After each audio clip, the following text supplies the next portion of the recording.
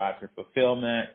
And so just trying to get a sense for, are there other, say top 2 or 3 players that you would say got really mastered the subscription model along with the associated fulfillment as well? I mean, I don't know if this falls perfectly into that category, but I feel like one of the originals is Amazon Prime. You pay this one fee, even though it's increased, mine has increased many times because I've had it for many years. But I think they just charged me last week $108, and that's still completely worth it to me for everything. Even the free 2-day free shipping aside, think about everything else that you can get through your Prime membership now. It's massive. One of our, competitors, loose competitors, they're called Active. They're a fitness app, of which many fitness apps have started to pop up with subscription models as well. Because if you're only an app and you're only needing to raise money just, for software, basically, that's a lot less money you need to raise. But my point being, Amazon invested in them.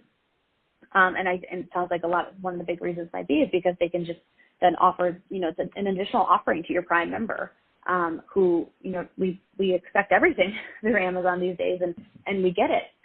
So for me, that's like a subscription that I can't even imagine what the price would need to be that I would choose to stop paying it. I just feel like it's so worth it. Okay, great. Thank you. Other questions from the rest of the team?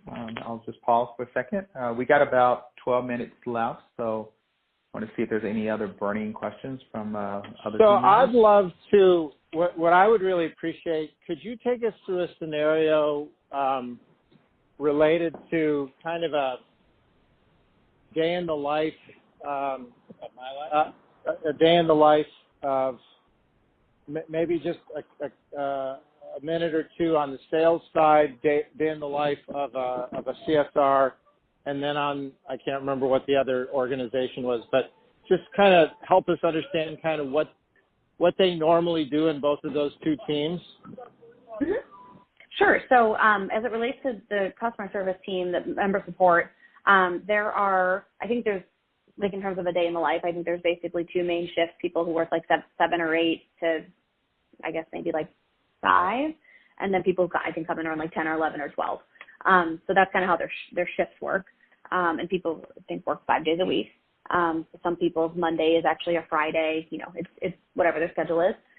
So the way that the teams are kind of structured is there's certain agents, and I think it depends on kind of your longevity and maybe your background and what you've been trained in. But there's certain people, I shadowed somebody a month ago, and he was replying exclusively to returns.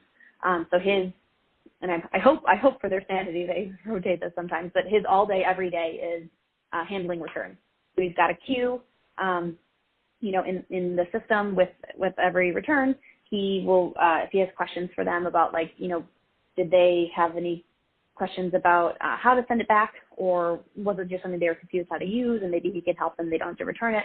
He'll work on that. It's almost all exclusively through email. He made a couple phone calls while I was shadowing him.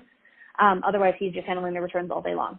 There's someone who's working on logistics all day long. So they are partnering exclusively actually with our logistics team to handle any customer related problems with, we're getting a lot of complaints from here, whatever might be going on. And then the bulk of the rest of the team is directly interfacing with customers. There's people who will be put on the phones. That is usually, like I mentioned, somewhat of a smaller team because they're not getting a ton of inbound phone calls. People who are, I think, basically everybody for the most part is always on chat, and you can, within their permissions, you can determine how many chats they can handle at one time.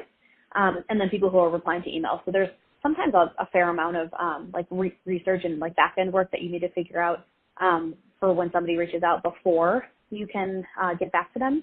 That whether maybe they had questions about something was weird was happening with their screen, or maybe they thought they weren't getting power, or they're maybe having problems updating their software.